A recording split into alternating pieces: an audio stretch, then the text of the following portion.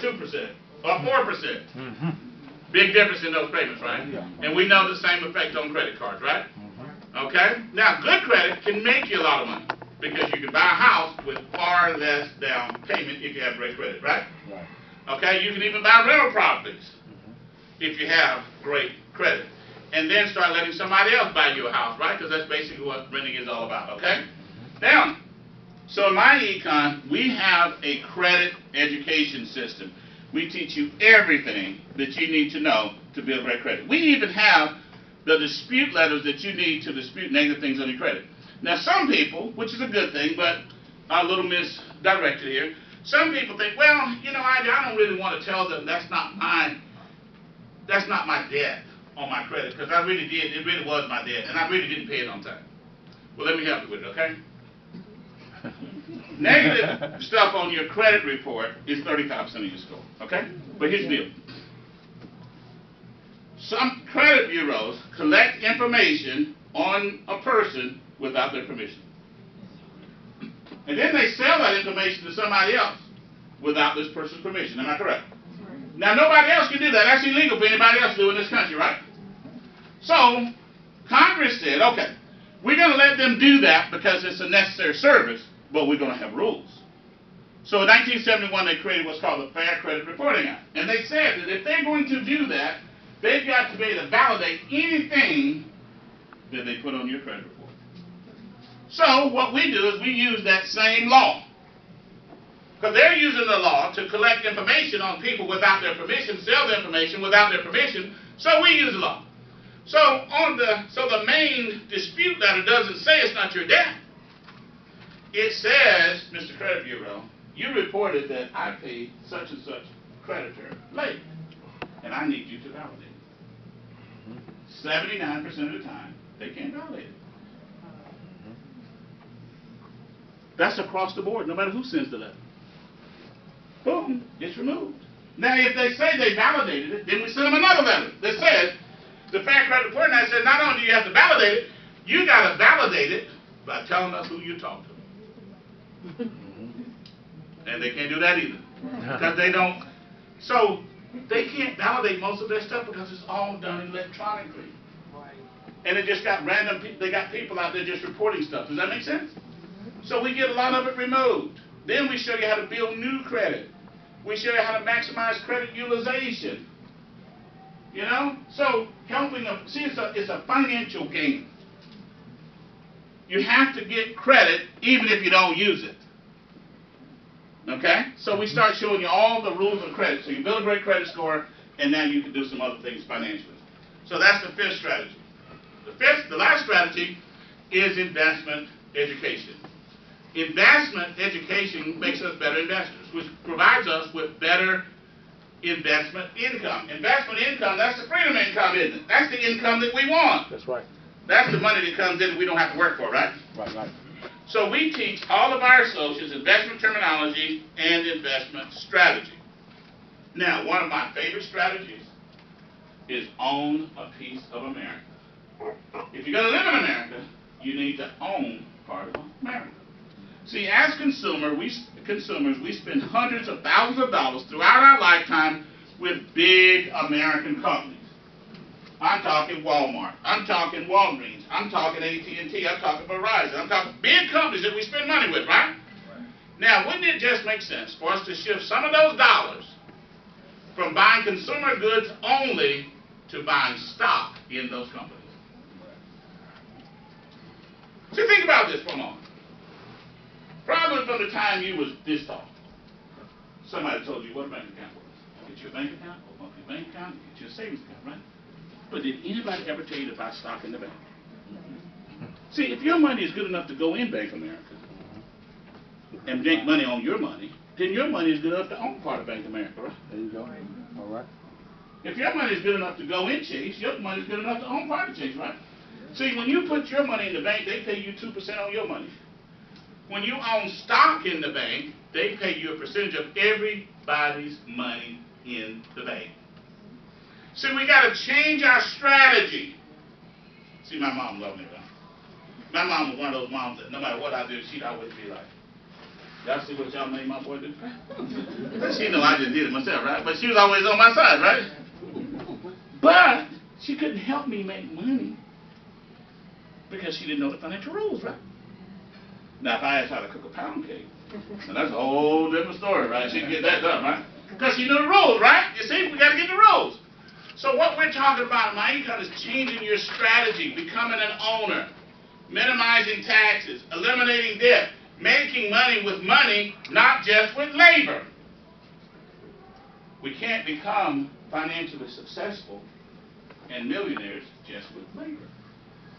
You see, we don't do anything real complex. But see, something can be very simple.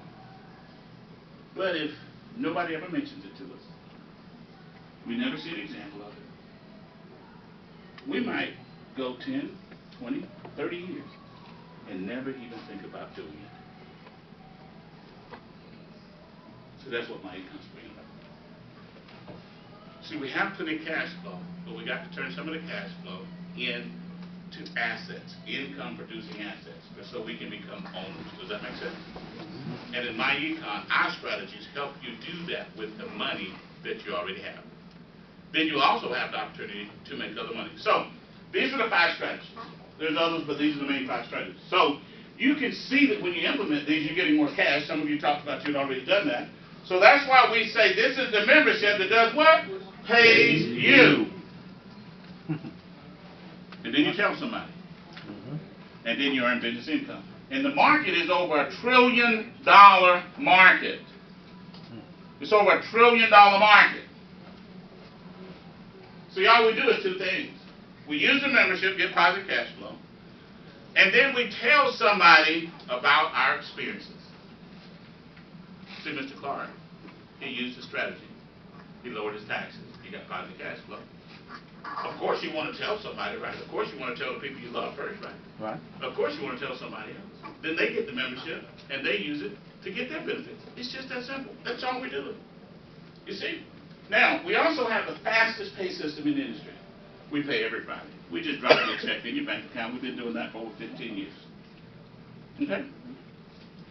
Now, when you bring in new members, you get up to 25. Right now, we have a holiday special going on, okay? Membership's only $27.95 to get started. $27.95, okay? And I'm going to show you in a minute how to get the government to pay that for you, all right? So you get up to $25 on a membership, personal membership, up to $15 on a team membership, and then for as long as those members stay active, you earn up to $8 per month residual income per membership. Could you imagine having 100 memberships paying you for the next 20 years? Or 500 memberships paying you for 20 years? You know, Netflix has a $9.95 membership. They're a $100 billion company. They made so much money so fast that Disney said, let's copy them. Disney tried to buy them, but they wouldn't sell. So Disney started their own streaming service last week. 10 million customers the first day. Could you imagine that? 10 million times 10. 100 million the first day. Stock went up 10%. Now Disney's been around 100 years almost.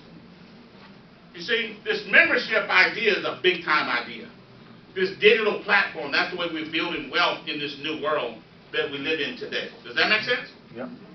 Let me give you a couple quick examples. You see, it's not really important what goes on in the big economy.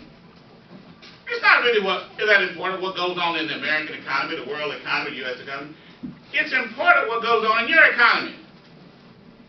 See, if you could build a team and your team produced 10 memberships a week, that could pay you up to $250 a week.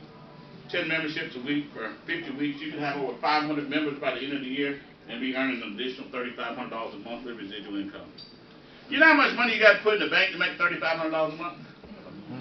You got to have $1 million in the bank to generate $3,500 a month. That's $42,000 a year.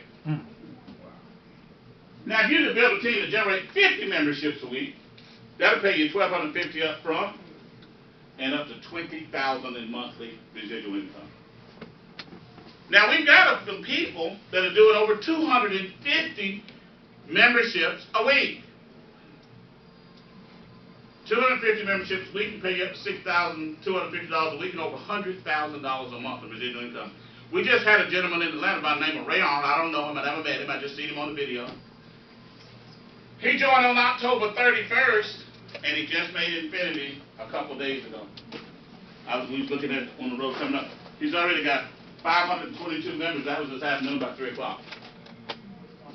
We got Candace and CJ down in Melbourne, Florida, 24 years old. You can go on the web and see him. She spells the name with a K, Candace with a K. Making between $4,000 and $8,000 a week. She worked at McDonald's before that. See, it's just selling your dream. You see, what you got to understand, there's a market for everybody, everywhere. See, some people say, well, I don't know nobody. You know, and the people I know, they don't have a whole lot of money. That's the whole point. Did you know that when I started in business, I grew up in South Georgia with my 5 brothers, my 5 sisters, in a wood frame house, it rained outside, it rained inside. My parents were sharecroppers, right? But man, I decided I want to be a millionaire, and when I started to talk to people, I talked to people who believed like I believed and wanted like I wanted. I never recruited a soul my first 16 or 17 years in business that had any money. Everybody I met, when I met Alvin Curry, he was hooking up cable TV, crawling under the house. When I met Special Capper, he was in the Army. I can go right on down this. Everybody I ever met in business, none of them had any money, but they had a dream. They had some goals. They had some desires, and we all got rich together. You see, there is wealth everywhere. They found salt under the Arabian desert 500 years ago.